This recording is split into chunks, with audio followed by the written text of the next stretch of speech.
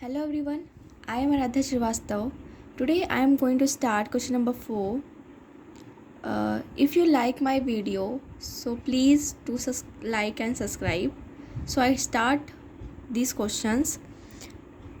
L and M are two parallel lines intersect by another pair of parallel lines P and Q so that triangle ABC congruent triangle CDA.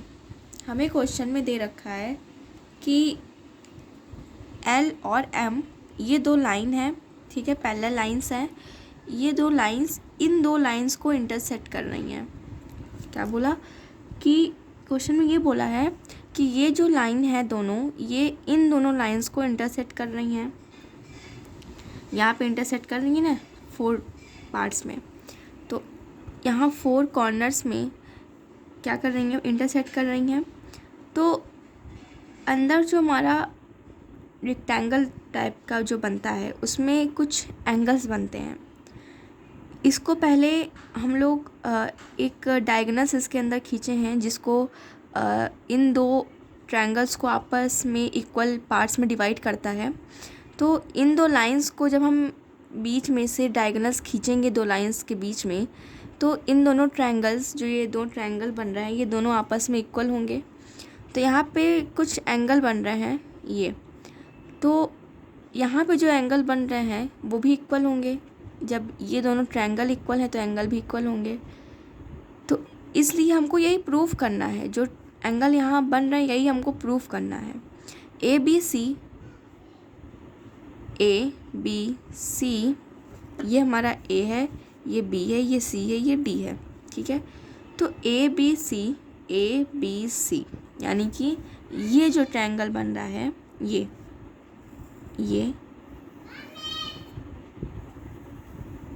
जो triangle बन रहा है इसको पहले हमें proof करना है, ट्रायंगल ए बी सी। फिर सेकंड है सी डी ए यानी कि ये वाला ट्रायंगल, ये जो बन रहा है ये हमें प्रूफ करना है।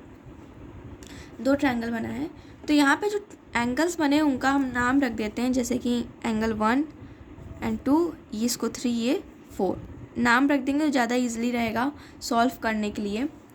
तो सबसे पहले हम गिवन लिखेंगे, हमें क्वेश्चन में क्या क्या गिवन है पहले वो लिखेंगे। तो गिवन हमें क्वेश्चन में L and M are two parallel lines ये गिवन है। तो यहाँ लिखेंगे L parallel M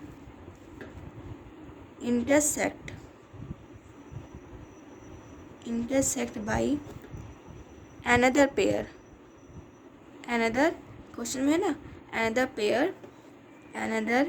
pair lines P and Q, ठीक है। ये हमें गिवन है। टू प्रूफ यानी हमें प्रूफ क्या करना है, हमें प्रूफ करना है कि जो ट्रायंगल ए बी सी बन रहा है वो कॉन्ग्रुएंट है सी डी ए के, ये हमें प्रूफ करना है। तो हम प्रूफ करेंगे,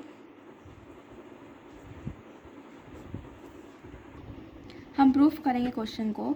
तो यहाँ लिखेंगे in triangle A B C and triangle C D A. अभी हमने प्रूफ नहीं किया तो यहाँ पे हम इक्वल का साइन नहीं लगा सकते हैं, जब प्रूफ कर लेंगे तब हम लगा सकते हैं। तो यहाँ पे चाहे हम एंड लिखें या तो हम इसको एंड का साइन बना सकते हैं। तो इन ट्रायंगल ए बी सी और ट्रायंगल सी डी ए में हमें लिखना है।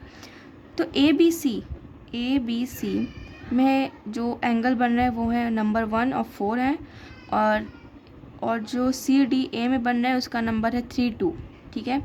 तो यहाँ पे जो एंगल्स बन रहे हैं वो आपस में इक्वल हैं। कैसे, एंगल 1 एंगल 2 के इक्वल है और एंगल 3 एंगल 4 के इक्वल है। कैसे, क्योंकि यहाँ पे जो ट्रायंगल बन रहे हैं वो अल्टरनेट इंटीरियर एंगल बन रहे हैं। तो जो अल्टरनेट इंटीरियर एंगल होते हैं वो आपस में इक्वल होते हैं। कैसे, जैसे एंगल 1 है तो एंगल 2 के इक्वल होगा, और एंगल 3 है तो एंगल 4 में, यानी कि तिरछे जो ट्रायंगल बनते हैं, तिरछे में जो एंगल्स बनते हैं वो आपस में इक्वल होते हैं। तो यहाँ हम लिखेंगे एंगल 1 एंगल 2 के इक्वल होगा और एंगल 3 एंगल 4 के इक्वल होगा।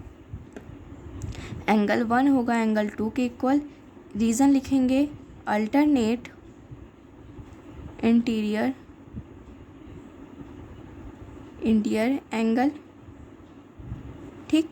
और सेकंड हमारा 3 एंगल 4 के इक्वल होगा, इसका भी वही रीज़न रहेगा, इसका भी वही रीज़न रहेगा, ठीक है।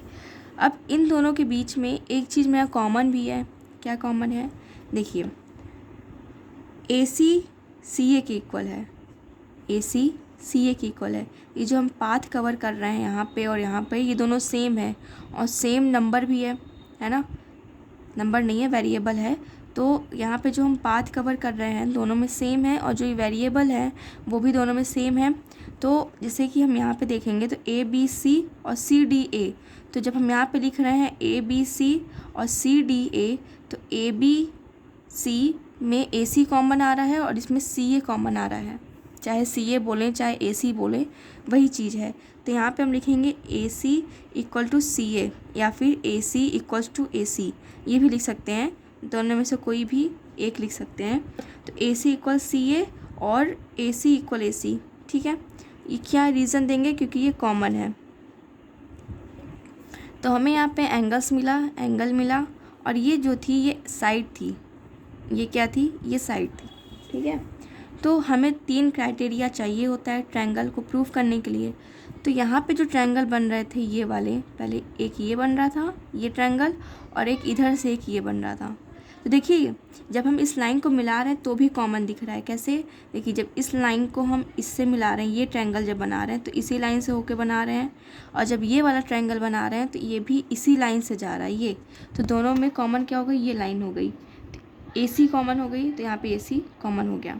अब यहाँ पे एंगल साइड है, तो हम फिगर में देखेंगे कि जो साइड है हमारी वो बाहर साइड है कि अंदर साइड है। यानी कि हमारी जो ट्रायंगल में क्राइटेरिया होती है वो होती है एंगल साइड, और एक होती है एंगल साइड एंगल।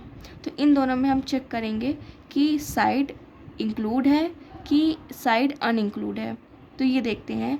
तो यहाँ पे मेरा एंगल बन रहा है, फिर साइड है, फिर एंगल बन रहा है, ठीक है।